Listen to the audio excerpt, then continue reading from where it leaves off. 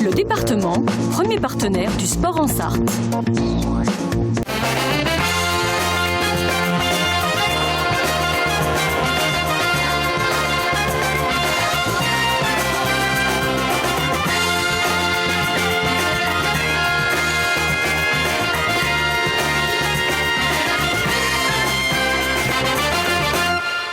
Bonsoir à toutes et à tous, bienvenue dans Totalement Foot pour ce nouveau numéro. Au programme de cette émission, le résumé du match entre Le Mans FC et Wassel. C'était la reprise pour la CFA2.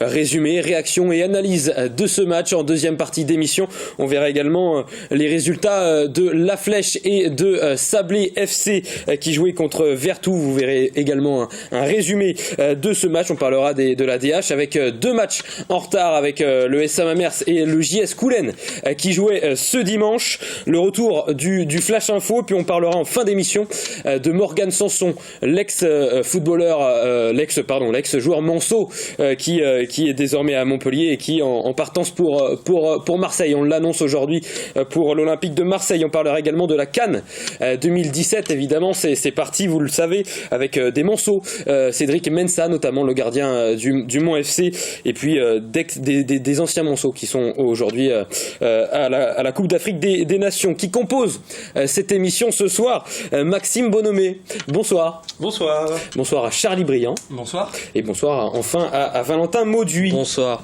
Et on recevra également en fin d'émission Alia Camara qui viendra nous parler de son association, de sa fabuleuse association d'aide aux jeunes footballeurs, avec un super projet à vous faire découvrir en fin d'émission justement. Mais avant, un petit coup de cœur de Maxime Bonhomé.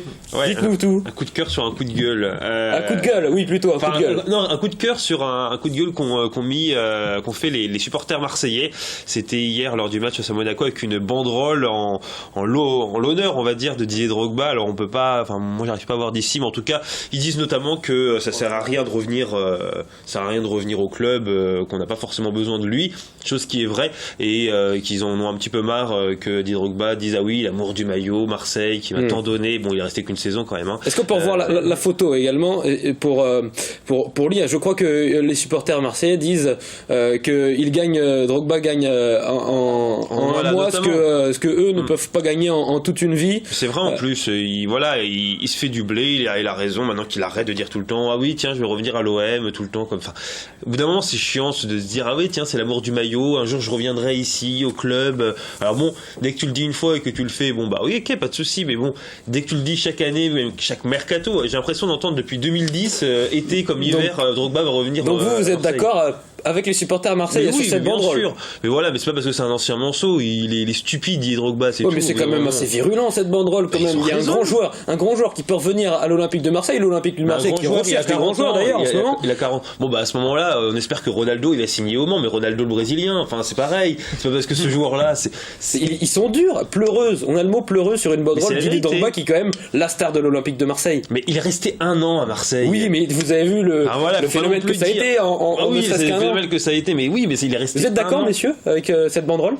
Je pense que ça peut être supérieur à Gomis quand même devant, ça peut pas leur faire de mal quand même sur ce qu'on a vu hier, mais bon non, je pense que ça sert à rien qu'ils reviennent, c'est pour lui. Mais c'est surtout le fait de se dire je pense que je reviens tout le temps, c'est mon club de cœur, je vais revenir un jour. Il est parti en 2004 si mes souvenirs sont bons, ou en 2005 pour aller à Chelsea, et il est jamais revenu depuis. Il faut arrêter de toujours de dire la même chose. Je suis assez d'accord avec Maxime Bonhomé sur le fond du fond de la chose. Peut-être que la forme est pas forcément la meilleure, mais sur le fond il a raison. Il faut surtout arrêter cet amour du maillot. Ouais, c'est ça. Quand on reste une année et puis que ce coup de gueule est passé. Non, mais c'est juste l'amour du maillot. Voilà, on en parlait un petit peu. C'est comme certains joueurs du Mans qui n'ont pas donné ne serait-ce qu'un seul centime dès que le club était mal. Faut arrêter avec ça. C'est pas l'amour du maillot. Ça, je vois pas ce que ça. Non, je. Mais c'est la vérité. C'est toujours la même chose. C'est que parce que vous attendiez à ce que le club allait mal et que certains anciens joueurs du MUC 72 c'est juste une comparaison, mais au Mans FC. C'est juste une comparaison, mais ce sont certains joueurs qui disent ah oui, enfin le Mans m'a tellement apporté, le Mans ci, le Mans ça en interview. interview pour faire bien, mais par contre dès qu'on a besoin d'eux derrière, il y a plus personne. C'est juste ce côté-là, c'est la même chose pour vous. C'est en interview, voilà. Mais pourquoi vous n'êtes pas d'accord? Je ne suis pas d'accord puisque je ne pense pas qu'un joueur est forcément obligé de donner à son ancien club. À ce moment-là, l'interview, si le club est parti en dépôt de bilan et que c'est pas forcément de la faute des anciens joueurs, donc de leur responsabilité et donc de devoir de l'argent. Vu les sommes astronomiques qu'ils gagnent, on en reparlera plus tard. On en reparlera plus tard si vous le voulez bien. Maxime Bonhomé, pour l'heure, on va commencer la première période. C'est parti.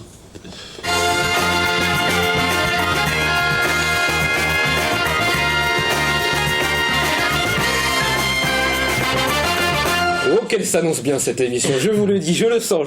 On va parler du résumé du match de Sablé qui se déplaçait à Vertou en Loire-Atlantique, justement sur la pelouse synthétique de Vertou, et cette ouverture du score très rapidement pour les Vertaviens, c'est Robin Fresneau qui va inscrire le premier but de cette rencontre dès la 2e minute de jeu. Donc les hommes d'Olivier Pignolet sont très mal rentrés dans cette rencontre, mais vont réagir avec cette égalisation à la 43e minute de jeu de Quentin Bachat qui permet aux Saboliens de revenir au score avant la pause. Le score ne bougera pas, à noter l'expulsion du Sabolien Nieba juste avant la pause. Voilà, score final 1-1. Maxime, est-ce que Sablé pour vous aurait pu l'emporter sur ce match? Ils auraient pu faire un petit peu mieux, notamment c'est vrai que l'exclusion de Jean-Paul Nieba, c'est toujours préjudiciable de jouer à 10 contre 11 pendant une mi-temps. C'est un très bon joueur. C'est un très bon joueur, voilà. Après, il y a, selon Olivier Pignolet, il y a eu les occasions pour aller chercher un peu mieux de ce déplacement. Après, ça reste un très très bon match nul. Faire match nul face à une équipe qui se jouera dans le top 5 obligatoirement, je pense, cette saison, à 10 contre 11 pendant une mi-temps, en étant mené au score dès la 2e minute, sincèrement, c'est très bien. Il y a vraiment matière à être satisfait de cette rencontre, sachant que Quentin Bachat a marqué en plus son 3e but en 2 matchs. Il avait déjà enchaîné, il avait déjà marqué à changer. Donc non, c'est vraiment un bon match nul. Il y aurait pu avoir mieux, il peut toujours y avoir mieux de toute façon dans un match dès qu'on fait match nul. Allez, on va écouter la réaction de l'entraîneur sabolien Olivier Pignolet après la rencontre. Il y a froid dès l'entame de match, donc une balle de 2-0. Difficile, ouais, une balle de 2-0, donc difficile. C'est vrai que ce premier quart d'heure, et puis après progressivement mon équipe elle a commencé à vouloir sortir la tête de l'eau en posant et puis en restant ce qu'elle est, quoi, donc à jouer. Et là effectivement on a commencé à prendre l'emprise et puis on s'est créé quelques situations. Et puis on vient égaliser dans cette première mi-temps. Voilà, et j'en étais content puisque derrière après ça nous laissait l'opportunité peut-être d'une deuxième mi-temps de voir différemment. Et puis bon, c'est l'expulsion qui vient un petit peu perturber et ça m'ennuie. Après on est obligé de passer à 10 contre 11. Toute une deuxième mi-temps, on savait que ça allait être solide, qu'il fallait surtout rester solide, qu'on allait souffrir et on le fait. Et c'est vrai que c'est un match nul du courage et c'est presque synonyme de victoire pour nous puisque dans la débauche d'énergie et puis en plus ça nous a pas empêché de sortir aussi par moment. On a eu quelques situations qui pouvaient être très dangereuses, donc en grande satisfaction. C'est un bon point de prix et il faut garder cette force surtout des collectifs là à vouloir souffrir ensemble et c'est des bons points de prix ça pour que derrière on puisse après accepter Dinan à domicile la semaine prochaine. Voilà, Olivier Pignolet qui se dit satisfait de ce bon point prix. Êtes-vous d'accord avec ça? Est-ce que c'est un bon résultat pour le Sablé Football Club, Valentin Mauduit? Ah oui, c'est vraiment un bon résultat pour eux. Surtout, ils se retrouvent menés quand même au bout de 2 minutes de jeu. C'est pas le meilleur moyen pour entamer un match. Ils reviennent au score, il y a un joueur qui se fait expulser, encore un coup dur sur la tête et à 10 derrière pendant toute la deuxième mi-temps, ils ont réussi à tenir. À l'extérieur en plus, donc c'est pas facile. Non, c'est vraiment un bon résultat contre une équipe qui était devant eux au classement, qui plus est. Donc encourageant pour la suite quand même, comme le dit Olivier Pignolet. Maxime Bonhomé, bon résultat? Oui, bon résultat, c'est vrai que c'est, comme je disais tout à l'heure, c'est bien pour la suite.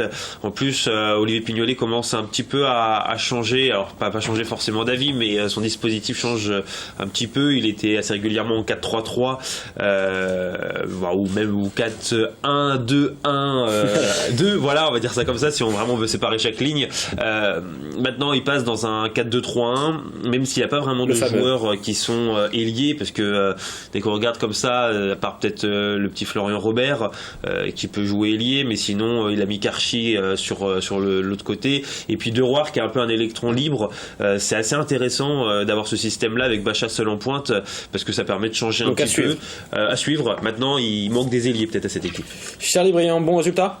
Oui, forcément, sur ce qu'on a dit, je pense que ce qui ressort, c'est un bon résultat. À 10 contre 11 à l'extérieur, Vertou, on sait, hein, Le Mans qui les avait dans leur poule l'année dernière. On sait, hein, c'est une grosse équipe, donc non, bon résultat. La Flèche, Valentin Mauduit qui recevait Fougères avec une fin de match complètement folle au Stade Montréal. Ah oui, ils ont arraché le nul dans les derniers instants, vraiment La Flèche. La première mi-temps, ils ont mal attaqué, ça a vraiment été à l'avantage de Fougères. Ils ont d'ailleurs concrétisé 5 minutes avant la pause. Ensuite, ils ont fait le break à l'heure de jeu, donc c'était vraiment une défaite qui se profilait à l'horizon pour La Flèche. Et au final, ils ont réussi à arracher le nul par Olivier à la 85e et Jetou à la 87e. Donc ils avaient 5 absents, le Racing s'en sort vraiment bien sur ce match-là. Malheureusement, ils se retrouvent encore dernier de ce groupe A de CFA2. Et deux buts en l'espace de 2 minutes au Stade Montréal, ça devait être la folie. Donc point pris en tout cas pour La Flèche. Et on va le voir sur les autres résultats de cette journée de CFA2. Lannion qui est allé gagner 5-1 contre Vannes. La réserve de Brest qui est allé gagner à Rennes 2-0. La réserve de Guingamp qui a gagné contre la réserve lavalloise 4-2. Et le match entre Dinan-Léon et Saint-Brieuc a été reporté. Au classement, justement, Sablé est 8e avec 18 points, égalité de points avec le 7e Dinan-Léon qui n'a pas joué, et La Flèche, vous l'avez dit, Valentin Mauduit qui est dernier de ce groupe A avec 11 points, mais qui reste cependant à seulement 2 points du 11e, Fougères. Les prochains matchs de ce groupe A, ça sera le 21 janvier prochain. Sablé qui accueillera Dinan-Léon.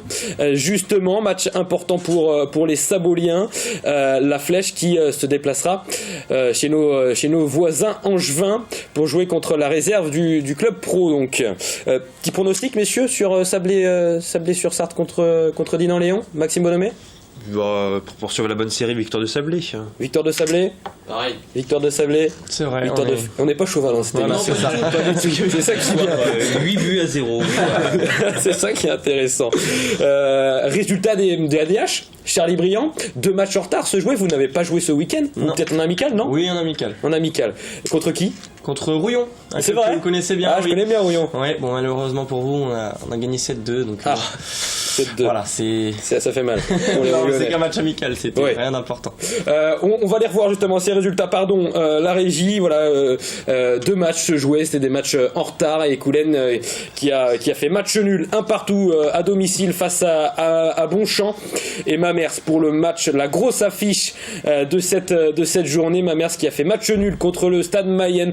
Voilà, alors ce match justement du SA Mamers, le 3e contre le Stade Mayenne qui est 2e, un but de Khaled Drioua pour Mayenne, justement au retour des vestiaires. Ça fait 1-0 pour les Mayennais qui sont réduits à 10 à la 80e minute suite à l'expulsion de Teddy Martin, et puis égalisation des Mamertins justement dans le temps additionnel par Wilfried Louis Sidney.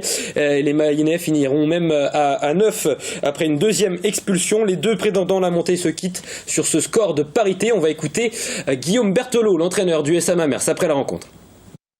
Match nul qui me semble a priori logique si je prends du recul et au nombre d'occasions, ce que je disais hier, je pense que ça me paraît assez logique. Après, on a quand même eu une domination un petit peu plus importante du ballon, mais qui restait assez stérile. On n'a pas su beaucoup les mettre en danger. On avait un petit peu plus le ballon, mais ils étaient toujours dangereux quand même, offensivement aussi dans leur contre. Donc je pense que le match nul me semble logique. Après on revient bien en fin de match, quoi. Mais c'est vrai que on rentre des vestiaires après la mi-temps avec ce but direct, et ça nous fait un petit peu mal. Même si du coup ce que j'ai pu apprécier, c'est que les joueurs sont restés dans le match, ils sont pas énervés, et puis on a pu obtenir l'égalisation en toute fin de match. Donc ça reste, je pense, malgré tout un match nul positif face à une équipe de Mayenne qui est venue, qui a fait son jeu, et voilà. Autre match nul, voilà, c'était sur la deuxième rencontre de cette journée en retard. Les Coulennais qui ouvrent le score à la 86e par Daniel sur un centre de Yohan Nouyou. Ça fait 1-0 pour les Coulennais. Alors en fin de match, on pense à la victoire des Sartois, mais égalisation des Mayennais à la 93e minute de jeu par Diakabi. Score final 1-1. On écoute l'entraîneur Coulennais Frédéric Honoré après la rencontre. C'est un match nul frustrant effectivement parce qu'on prend le but à la 94e minute. En plus sur une action où au départ il y a une faute qui est non sifflée sur notre attaquant. Donc ouais, c'est vraiment dommage parce qu'on avait su faire la différence alors qu'on évolue à 10 en fin de match. Et se faire rejoindre de cette façon, c'est un petit peu injuste, quoi. Ouais, des buts en fin de match, vous l'avez dit, Maxime Bonhomé, sur ce week-end. Classement ? Le classement de DH avec le classement qui établit tous les clubs, toutes les équipes ont joué le même nombre de matchs. La SUS qui est premier donc à l'issue de cette 13e journée de DH avec 41 points. La Mayenne qui est deuxième justement avec le même nombre de points. Mamers qui est troisième avec 39 points. Suit Mulsanne-Télocher, Saint-Saturnin, Coulennes et Bonchamp. On retrouve en deuxième partie de tableau Conéré, Laferté, Château-Gontier, la réserve du Mont-FC, Laval-Bourny et enfin en bas de classement Écomois et Guesselard. Les prochains matchs de cette division d'honneur, Mulsanne-Télocher qui recevra Laval-Bourny, Laferté, Conéré pour un match, un derby pour Valentin Mauduit, Coulennes contre Mamers, gros match également, et puis Saint-Saturnin, la Suze, gros match également, Charlie-Briand. Ah oui, ça va être encore un match compliqué. On est sur deux matchs assez difficiles. On a eu Mamers, voilà, oui, juste avant la trêve, qu'on a réussi à gagner. On a fait un très bon match, donc c'est encourageant. On espère rester sur cette dynamique parce que ça nous replacerait bien au classement si jamais on gagnait contre la Suisse. Donc on attend dimanche avec impatience et on sera là pour jouer ce match à fond encore une fois. Il y a une tactique qui se met en place pour affronter le leader. C'est quand même le solide leader. Tout le monde a peur. C'est un petit peu l'ogre de cette DH, la Suze. Et pour contrer peut-être Santiengom. Peut-être. Pour l'instant, on n'a pas eu les mots du coach. Bon, on a essayé de faire un petit coup de Trafalgar en jouant sur le terrain d'honneur dimanche, mais on n'a pas réussi à jouer dessus pour l'abîmer, mais donc on verra ça dimanche prochain. La pelouse ne va pas être arrosée. C'est ça. On va la laisser pousser. C'est ça. Les fameuses techniques. Flash info. Tout de suite le flash info avec la D2 féminine qui reprenait justement. Terrible fin de match pour les Mancelles qui recevaient La Roche-sur-Yon hier pour la reprise du championnat. Les joueuses de Claire Germain qui avaient ouvert le score dès la 11e minute de jeu et qui menaient toujours 1-0 à moins de 10 minutes de la fin. Elles se sont finalement inclinées 3-1. 3 buts encaissés en 10 minutes. Au classement, les Mancelles sont 8e avant de se déplacer à Arras le 5 février prochain. U17 nationaux, défaite des Manceaux ce dimanche à domicile face au stade brestois, 3-2.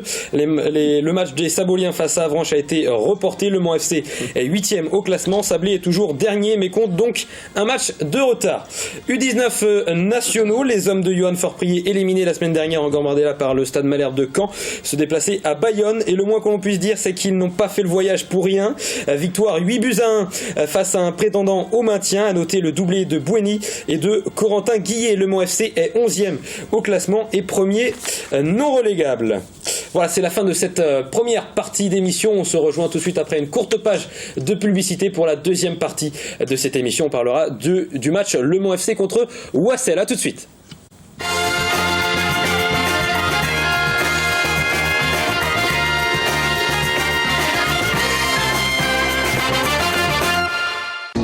Le département, premier partenaire du sport en Sarthe.